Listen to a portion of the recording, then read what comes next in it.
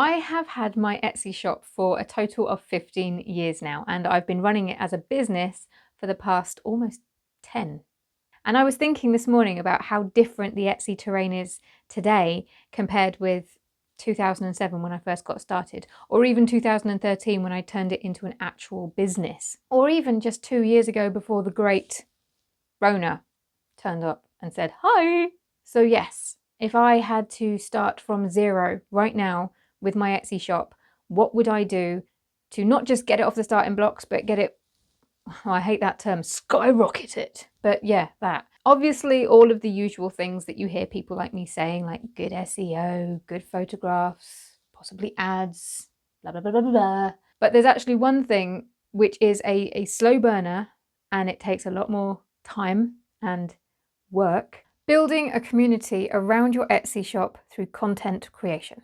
Now that content can come in many, many forms. There are certain mediums of content that work better and faster than others. What's really, really, really at the forefront of today's marketing, I guess, is short form video content. And yes, I know those of you who follow me, you know, I've been here before, I've been talking about this, but hear me out again, please.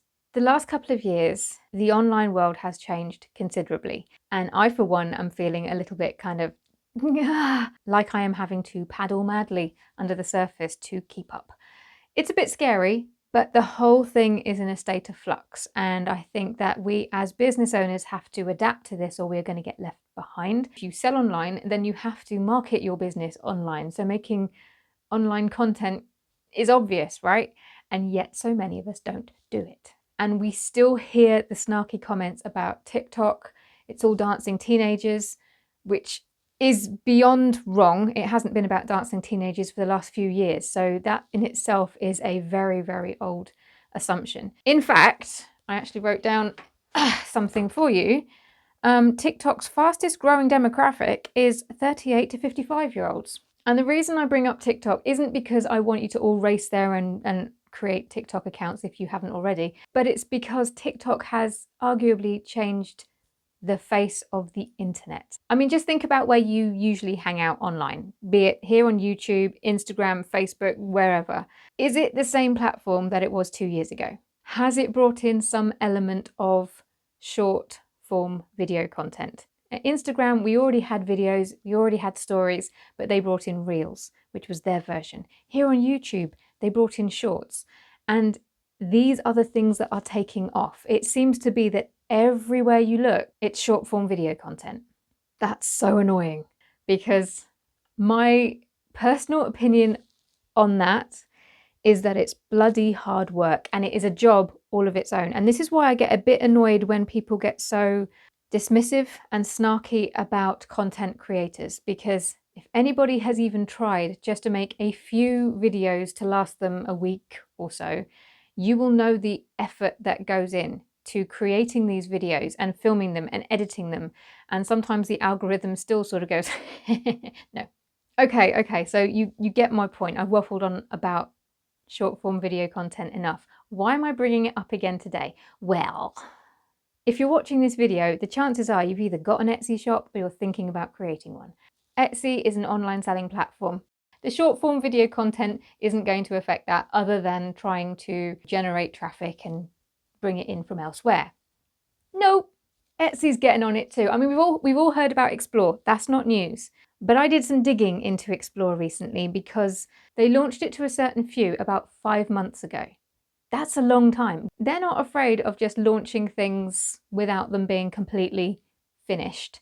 Star seller badge. But they're taking their sweet time on this one. And a part of me thought, what's happening about that Explore? Is that still a thing? Or have they just sort of quietly shelved that? There is still no line about an official launch date or launch time for the rest of us. And I'm going to be honest, I'm intrigued. I do tend to try and avoid investor conference interviews that involve the Etsy CEO, because in the past when I have read them, the way he talks about Etsy sellers often gets my hackles up. But I'm not going there. I'm going to rein that in and focus. give it a go anyway. Okay, so everything that I'm about to say was taken from this interview. Those of you who have followed me for a while will know that I'm no stranger to reading stuff that Etsy have published and just looking between the lines, looking for any kind of clues that might be, beneficial to us. And, sometimes there's nothing in it, but sometimes there's nuggets of truth in there. And in this one, there's nuggets. Right, so one of the facts that I've got for you that Josh said was that there are 15 million seller videos already uploaded. So it's been quiet, but it's been busy. This sentence really jumped out at me. He compared Etsy to Netflix. Nugget. Now, I don't know where the source of this information came from, but apparently customers go to Etsy not just to buy or browse, but to have fun. And he went on to say that customers are more likely to buy within the next 30 days. So that is why there's this buying link to having fun on Etsy. Now, he went on to say that they actually want people on the platform watching these videos weekly, monthly, daily. There was so much unsaid in this, and I had so many questions because when I thought about these videos that were going to be posted on Explore, I was thinking in terms of videos of the products, videos on how we made our products. And I thought it would be a really good, and I still think it will be a really good chance for us handmade sellers to prove that we are hand making our items so that buyers can make sure that they're getting what they think they're getting and they're not buying what they think is a handmade item and it turns out to be some, I don't know, shelf from B&M. So yes, that got my attention. Unfortunately, all I have are more questions and I have no answers because again, at the time of filming, they're keeping it very much under wraps. And if they're trying to create a buzz around it, well done, because I am buzzed. I'm curious and I can't answer the questions that I've got in my head until it is launched to the rest of us. When will that be? He did not say. All he said was, where are my notes? Starting to roll it out to all buyers. And that's it. Now, I wasn't sure if I was going to bring this up because I don't know how relevant it is, but I feel pulled to because I do think the two things might be linked. A few months ago, I made a video for my membership about an experiment that I did, and I didn't do a video here on the main channel. Well, I'll explain why at the end, but basically it was an experiment using updates. Now, many of you will not even know what updates are. It's something that Etsy did years ago and it's pretty much dead in the water and it's hidden now. And it's essentially like a feed, like an Instagram feed. So it's just photographs that I post with a caption and you can link it to a product. I noticed that every single time I posted an update, that was the day of the week that I got the most traffic to my shop, the most organic traffic. Okay, so this is why I shared it with my memberships, because I was like, oh, interesting. But the reason why I didn't share it with the channel is because I thought, bit weird, because I know that people aren't actually seeing my updates. So it's not the update itself that's generating this traffic. It seems to be a boost in search, an organic boost in search from my activity. But why is that? And I think it must be linked to Explore because they would have been working on Explore at the same time and they kind of work in similar ways. So I don't think that this is a permanent thing. I think this is just something to do with the Explore thing. This is all hearsay, by the way. None of this is based on fact. This is just me noticing things and thinking, could they be connected in any way? Now, I should point out, if anybody's thinking, oh, updates, I must find updates because they'll give me a boost in search.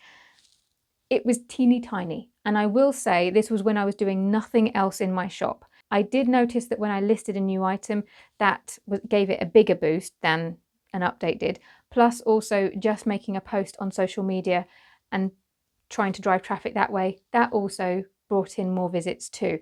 So the bump in visits was only significant when I was doing absolutely nothing with my shop whatsoever. And I would not recommend that to anyone. You should always be doing something. But it was just something that caught my eye and I thought, because I did this experiment for over a month and every single week that I posted, that was the one that tended to get the most organic visits. And I know they were organic because you could only see these updates by going into my shop in the first place. So the shop visit came first and then you would see the update, not the other way around. So people were not seeing the update and then going to my shop. And it does make me wonder if I can get a little boost in organic visits through posting an update, which is a pretty null and void thing now. When they launch these videos in Explore, is it going to have the same effect? Are we going to see a little uptick in visits if we post? It kind of makes sense because that would give us an incentive to keep feeding Explore with new videos, which is kind of what they want because they want people to keep coming back and spending time on the platform. Remember, weekly, monthly, daily. I'm not trying to reach any conclusions. I have no answers. I am just sharing this because I'm a nosy little cow and I thought it might be of interest to some people. That's it. If I was starting my Etsy shop today from zero, this is what I would do.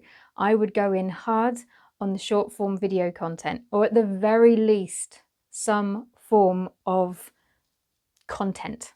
Because I do think that one way or another, if you are selling online, you have to be making content online.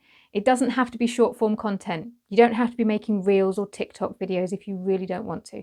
But look at me, I'm standing in front of a camera right now making a video for YouTube. This is content. A blog post is content. Posting a photograph on Instagram or Facebook, or just hosting a Facebook group, that is content. Whatever that looks for you and works for you, do it. That would be my one piece of advice, because I feel like we are on the cusp of massive change, and I think the creator economy isn't going anywhere. I think we are just scratching the surface, and we've got to pivot again. I'm going to go now. I'll see you next week, hopefully with a chair. Bye-bye.